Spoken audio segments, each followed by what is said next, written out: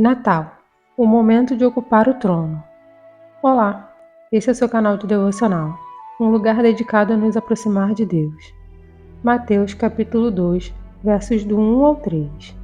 Depois que Jesus nasceu em Belém de Judá, nos dias do rei Herodes, magos vindo do Oriente chegaram a Jerusalém e perguntaram: Onde está o recém-nascido, rei dos judeus? Vimos a sua estrela no Oriente e viemos adorá-lo. Quando o rei Herodes ouviu isso, ficou perturbado, e com ele toda Jerusalém. Quando os magos contaram a Herodes que havia nascido alguém que se tornaria o rei dos judeus, ele temeu por perder seu trono. É de se imaginar que ele faria algo para não perder o governo sobre esse povo, e as medidas que ele tomou foram terríveis.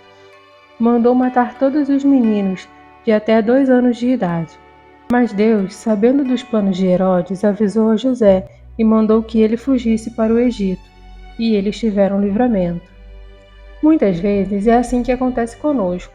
Somos reis de nossas vidas, sonhos e desejos, porém quando encontramos com Deus, percebemos que apenas um rei pode ocupar o trono do nosso coração e da nossa vida. 1 Coríntios 8:6. O problema é que o Herodes que cada um de nós temos não quer deixar o trono e tenta lutar contra os ensinamentos e caminhos que Deus tem para nós. Queremos ser senhores de nossa própria vontade.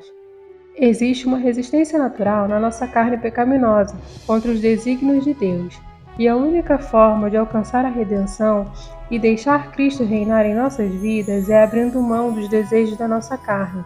É buscar a presença do Senhor, estudar a Sua palavra e nos encher de tudo que provém de Deus.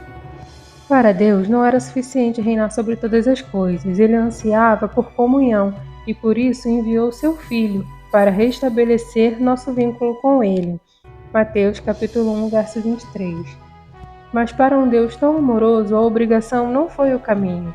Precisamos querer abdicar do trono para que o Rei dos Reis assuma esse lugar em nossas vidas.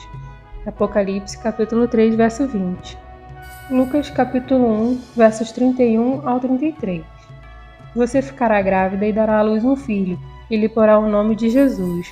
Ele será grande e será chamado Filho do Altíssimo. O Senhor Deus lhe dará o trono de seu pai, Davi, e ele reinará para sempre sobre o povo de Jacó. Seu reino jamais terá fim. Tenha um bom dia.